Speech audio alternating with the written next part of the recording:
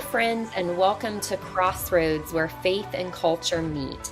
I'm your host, Rita Peters, along with my co host, Mark Meckler, who joins us most weeks from his home near Austin, Texas. Mark, how are you? I am doing great. I'm super excited about this morning's topic. This is something I've become really passionate about in the last couple of years, Rita. And I think most people who are listening probably have never even heard of it, but they should. Yeah, I know zero about this topic, Mark, so I'm really excited to hear from our guest and learn more about it. But I think you know more about it than I do. So why don't you introduce our guest and get us started today? Sure. Our guest is Margaret Bfield, and she's the founder of American Stewards of Liberty. And I would call them the premier group in the United States of America working to protect private property rights. We all know, and we've talked about this before, Rita, that the government's intruding on a lot of our rights and overreaching and doing things they shouldn't do. One of the things most people don't realize is how intensely they're intruding on our private property rights, telling you what you can and can't do with your own property. The federal government is actually taking over a lot of property as well. And there's something called the 30 by 30 plan, whereby the federal government says it's their intent to control 30% of the United States land mass and 30% of water resources by 2030. And as if that's not bad enough, they say by 2050, it should be 50%. What that means is they're Wow. going to take those property rights away from you. Not just your own personal property rights, not just what you can do with your house or your land. And I know, Rita, not long ago, you moved to the country, you have some acreage. They want to tell you what you can do with that. And they want to seize control of a lot of property, not just private property, but public property as well. In other words, places in your local community that you might use now that might become unusable, waterways that you might use that might become unusable, hunting grounds where you or your family might hunt or fish that might become unusable. This is a massive plan, and it not just affects the United States, it actually comes out of the World Economic Forum. This is an international plan by the elitist to take property rights away from us. And from my perspective, property rights are fundamental, they're biblical. I, as a person of faith, believe in private property rights. I believe they're rooted in the Bible. We find them in the Old Testament. And so this is a fundamental incursion, not just on our rights as Americans, but our rights as Christians, as human beings endowed by our Creator with certain inalienable rights. So Margaret and her husband Dan have been fighting this fight for a long time, and we're really excited to have Margaret on the show to tell us a little bit about it. Thanks for being with us, Margaret. Hey, thank you, Mark, and appreciate that rundown and introduction. That was pretty good. I've been listening to you for a while, Margaret. You've been a quick study, I'll tell you, because this is an issue that really can be pretty complex and hard for people to get their arms around. But you did great. Yep. So thank you. Well, so here's where I'd like to jump in. I want to jump in kind of for you at the beginning. I know your story. I know you grew up on a ranch, and the government's intervention in your family's ranching operation is what first gave you a glimpse into this issue. Can you tell us that story? Yeah, sure. So my family purchased a ranch in 1978 in Nevada. What most people in the East don't understand about our Western land issues is that 50% of the West is owned by the federal government. So in the state of Wow. Nevada, 87% of the state is owned by government, local, state, and federal, mostly federal. So that means you have 13% of the state that's actually owned by the people. And so we had a typical Nevada ranch, and that means it was a combination of private deeded lands plus the rights to graze the federal allotments. And on all of that, we owned all the water. So when the West was settled, the first thing you settled and you appropriated was the water. And so those rights are still largely privately owned in the West by somebody other than the federal government. And so we owned all the water. Well, one of the first things the Forest Service did, the U.S. Forest Service, was they filed an application for all of our water rights. And then they used their regulatory powers through the grazing regulations to drive us off the land. And so they have that administrative power to do those kind of things. And so we fought them for 13 years.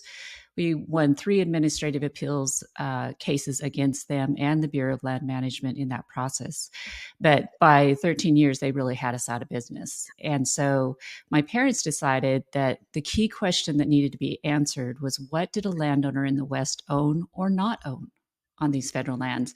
So that in 1992 or 1991, they filed the first federal lands grazing takings case against the U.S. government. And we won every round of that case except the last one. So we actually won a compensation award from the U.S. Court of Federal Claims in Washington, D.C. for $14.4 million for the taking of our property, both physical and regulatory. But that was overturned at the DC Circuit. And really what happened, the best way to explain it is our case got before 3 Eastern judges who had no concept of federal lands issues. So it was a lot easier just to buy the federal argument. They could make sense of that. So they ended up never deciding the question of what we owned, which is what we were trying to accomplish. But they decided, they kicked our case out and said that we didn't have standing or ripeness. Of course, that's after being in court for 27 years in this case. And so they really punted.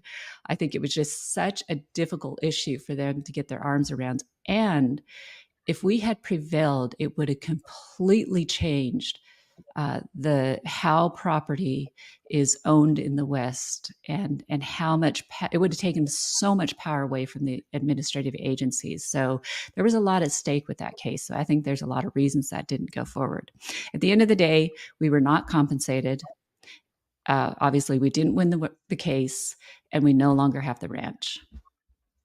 Wow. Yeah, And I mean, go ahead, Rita. I know you have to. I've heard the story a bunch of times, and it still takes my breath away. So I'm sure there's a million things swirling in your head right right. now. Well, first of all, I'm just shocked by the injustice of it, just the straight injustice of that you would not be compensated for the taking of all the, effective beneficial use of your land. But I just want to make sure our audience understands that, you talked about being in court that long and pursuing this case, which really would have been for the public good to have, a decision in your favor, would have helped so many people. But all this time you're pursuing this case, I mean, I assume your family is paying attorneys and court costs. I can't even imagine the expense of having to pursue that while your land is being taken. You're being forced to stop your farming operations. It's just a terrible injustice, Margaret. Well, we were very fortunate. We had a couple of attorneys who were just beyond being great attorneys, they were great people. And so most of the work that they did on our case, they did really, really pro bono, really, in essence, because they were depending on us winning the case, and that was actually going to pay the legal bills. But Mike Van Zant out of California and Lad Bedford were our 2 attorneys there, and they were phenomenal. And boy, they really contributed so much to this. And they're the ones who really, I think, suffered a lot in this because they never were fully compensated. But the other part of this, though, is our story was pretty public. My dad wrote a book in 1989 called Storm Over Rangelands, which still today, when I go out and speak in the West, I'll have somebody come up to me and say, your dad wrote the Bible on property rights in the West. It's still really a very, very good book. And so our profile was pretty high. And what we have to understand is people know our story because our profile was high.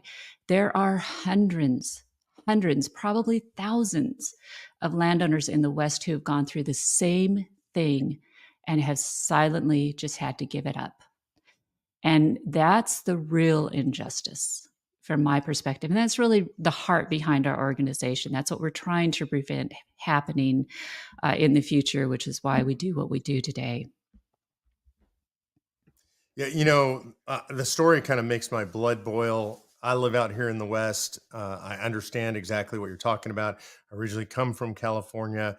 I lived in the mountains in Northern California. I remember looking at topographic maps, and the first time I started doing that and realizing the topo looks like a checkerboard, and the checkerboard represents private property versus public property, federal lands ownership. And it's unbelievable how much federal land is out there. Federal government was never intended to own land like this. This is something that's an constitutional aberration. They breached agreements with the states that they made with the states. And so it just really frustrates me. And then take that down to an individual level, like you talk about your story and all the people who didn't have the resources, don't have the attorneys to fight this stuff, essentially get steamrolled by the federal government. To me, it sounds like something out of a old West melodrama. Maybe the cattle baron or the railroads come in and take over. Instead, it's the evil federal government twirling its mustache and laughing as they crush you. And when you think that this ends up in the DC circuit, like we all know because we deal with this stuff a lot, these kind of politics, Rita and I, that if you're in the DC circuit, you're probably going to lose if you're just a citizen. If you're a citizen against the government, the DC circuit itself is highly biased in favor of the government. And so the fact that these cases are even adjudicated out in DC is obviously a fundamental problem. So you had this personal story. How does that turn into American Stewards for Liberty and you fighting for this for many, many decades now? Well, when we filed the case, we actually started the organization Stewards of the Range, which then merged with my husband's organization, American Land Foundation, here in Texas, and we created American Stewards of Liberty some years later. So both Dan and I have been very active on these property rights issues since the early 1990s.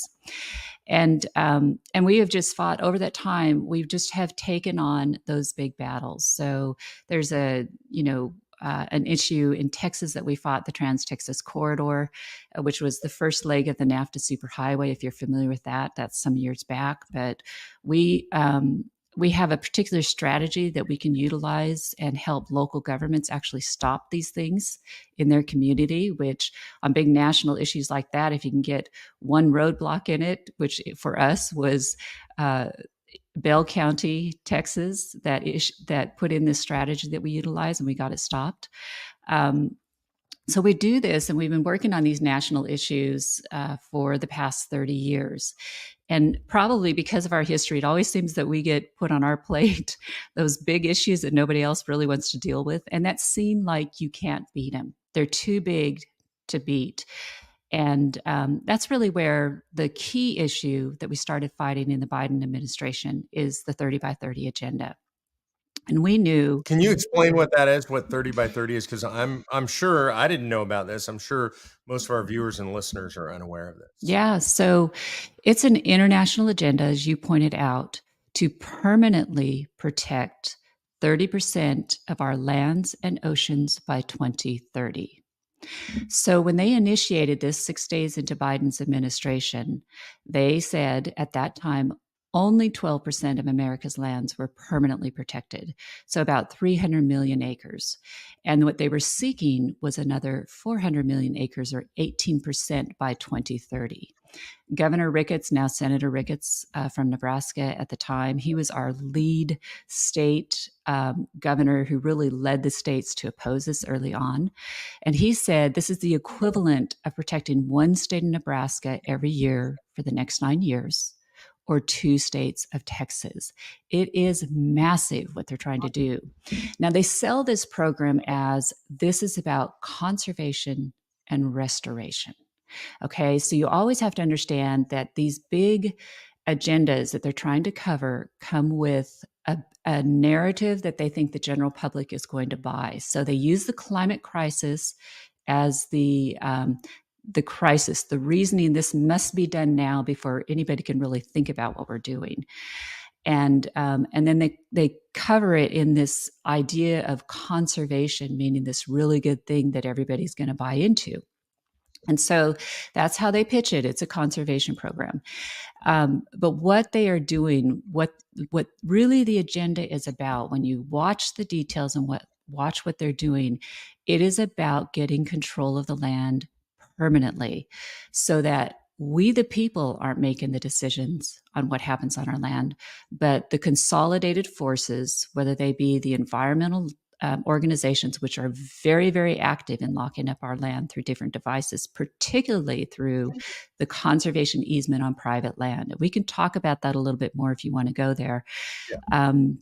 But they're doing it, it's a consolidation of getting control of, or actual ownership of, our land into the hands of the environmental organizations and government to be controlled by the global elites. And I think that, Mark, as you pointed out, what most people don't understand in our modern day was very apparent to the point that the founders didn't even really have to say this out loud, but how important property is to our ability to defend our liberties and control our government. And so when America was settled, they developed an incredible constitution and bill of rights that was dependent on we the people protecting it. And so the mechanism that they put in place so that we the people could always protect those rights was our ability to own the land. So you think about the Louisiana Purchase. When Jefferson made that purchase from France, that was 540 million acres. Every acre was disposed to the citizens. So a person could go out and they could acquire 120 acres in possibly one state, 640 in another state, depending on what it took in that area to make an economic unit for a family to survive. And that did a couple of key things. First off, it made every individual self-sufficient. You could grow your own food. You could create your own product to be to create wealth and establish your own wealth. And you could build a home and you could protect that home. You could defend that property. And in so doing, that gave the people the power and the power to limit the government. So it meant we could always make sure we had those individual liberties and we could always control the power of the government, primarily because they didn't have control or ownership of the resources in order to generate their own wealth and not need the voice of the people anymore. And that's really where we are. And so that was the policy until the West was settled. And that's when we have an article on our website called Climate Crisis Robber Barons. And that's where we tell the story of how that took place. And it was the robber barons that ultimately decided we can't have this competition. If the West was actually developed in privately and all those resources were put into the private market, they would lose power, and they knew that. And so they actually influenced the start of the conservation agenda, the environmental agenda in America, and the progressive agenda. And that's what really led to the 50% of the West being locked up in federal control. So I want to dive into a little bit of specifics here, if we could, because we're kind of talking at the 30,000 foot level, which is good to give people an overview. But you did mention something which sounds really appealing, actually, which is this idea of conservation easements, and these are tax benefits to people who are willing to put their property under a permanent, irrevocable easement, protected, undeveloped. It sounds good for people who have big parcels of land. Sometimes farmers will do this. Again, the language is benign and the language is positive to most people when you hear conservation easement. Can you talk a little bit about that and how that's being used to take land out of the private sector? yeah, that's a really good point. This is probably one of the most deceptive tools that the environmentalists have really pushed on landowners, because it does sound really good. And but it was actually devised as a way to get around the Fifth Amendment. So, in other words, the environmental agenda, Dad said this years and years ago when we were in the middle of our fight. He told me, he said, remember, the environmental movement is not about whether we're going to use our resources, it's about who is going to use our resources. So they actually came up with this concept of a conservation easement because they knew they could never go out and buy all the private property. There'd never be enough money for that. But the conservation easement was the device that would allow them to get functional control, primary control over the private property with the landowner thinking they still really own it. And so they created this conservation easement. But the other thing they did is they misnamed it. The device in law that it actually fits is something called a conservation servitude. The reason is because the conservation easement makes the easement holder the primary owner of the land, and the landowner the servient owner now, the serf on his own land. So he still has possessory interest and he can still pay the taxes. But when you do the conservation easement, when a landowner does this, what they're selling to the land trust or the government is the development right. And that goes on the land trust balance sheet. So you can go to the Nature Conservancy's balance sheet and you will see a line item of how much they own and the value of all their conservation easements worldwide. That is their right. Now it's their property. And with that is developed a conservation purpose. So to get the tax deductions for the IRS to give the tax deductions, which is what makes this, appealing to landowners, then they have to have a conservation purpose which permanently protects that land. And so that conservation purpose now controls everything that goes on that property. And there's a list of restrictions that the landowner signs onto when they sign that contract. And that list of restrictions is in perpetuity. So they have to decide how many homes they will build on that house. If they want to cut out an extra one for their kids to come back and build a home on that property, that has to be written into that contract. And if it's not written into that contract, it doesn't happen. And so remember, they're creating these easements in perpetuity. So you're making that decision not only for your generation, but your children's, your grandchildren's, way down the line. You have completely restricted that property. And the land, it's been a brilliant tool for the land trust to use to get control of the property.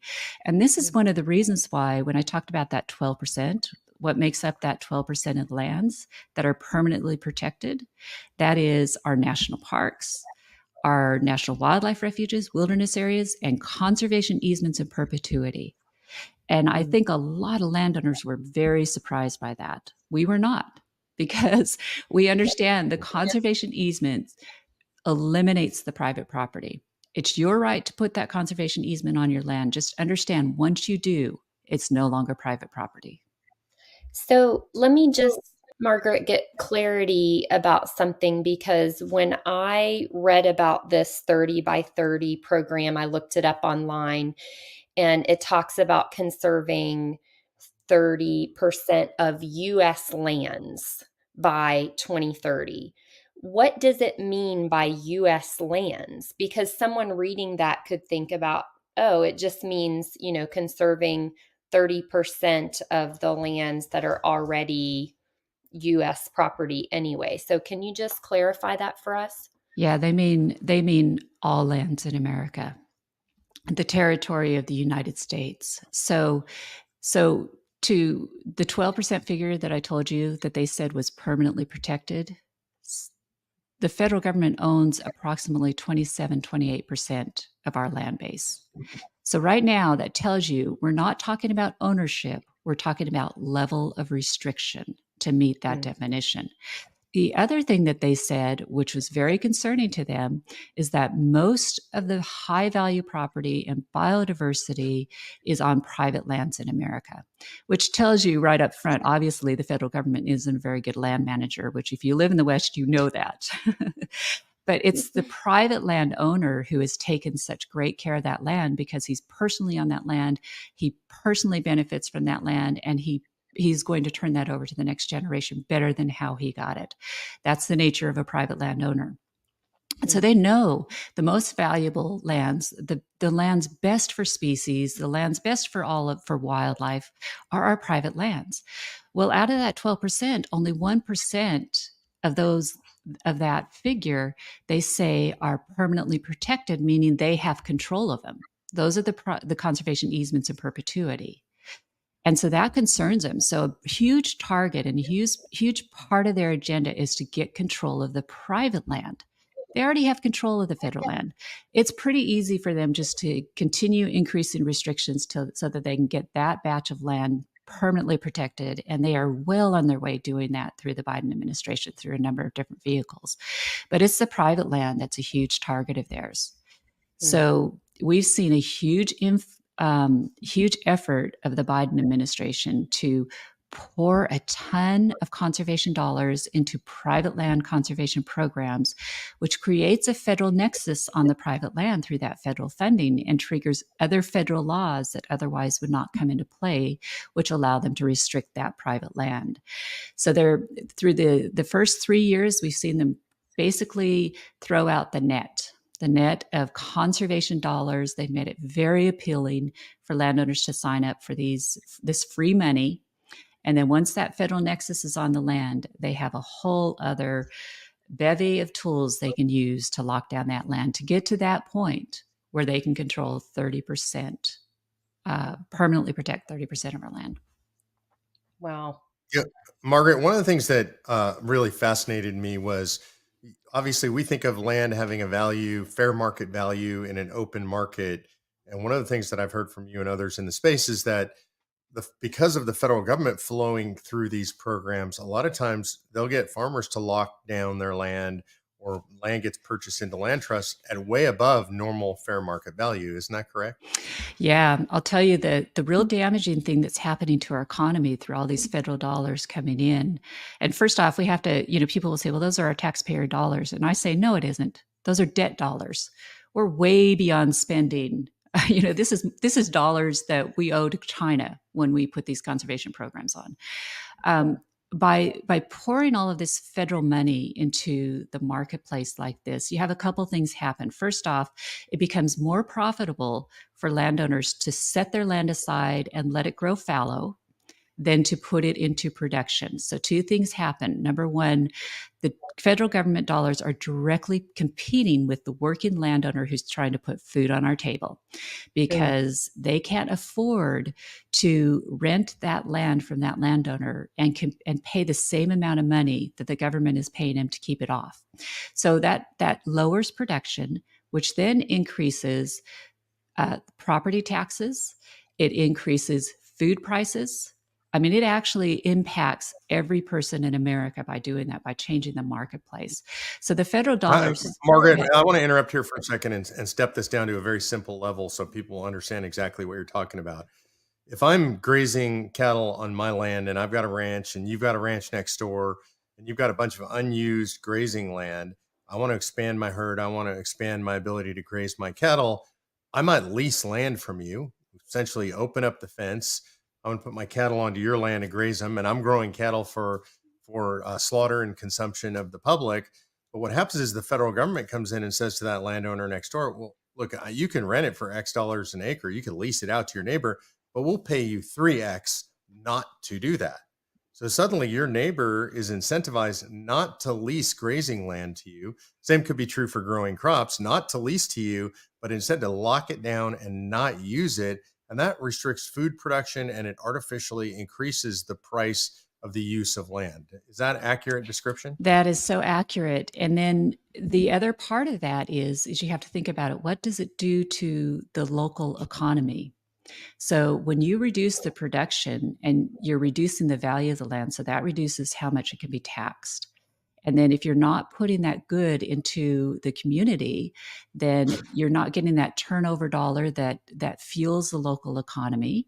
And so you've in these areas where there's a lot of conservation lands, you find that the counties are having a hard time paying for the hospitals, for the schools, for road maintenance, and emergency services, because their tax base has just been artificially reduced. And the other thing, getting back to conservation easements, is the number that we keep hearing universally is that easement reduces the property value by 40%. So Department of Revenue in Nebraska did a study about this, and they found that it reduced the property by 40%. So then that reduces that value of how much the county can tax that land. And then that means they're going to have to increase the value of how much they tax on everybody else's land to make up for that. So we don't understand how detrimental these conservation programs are to the local economy.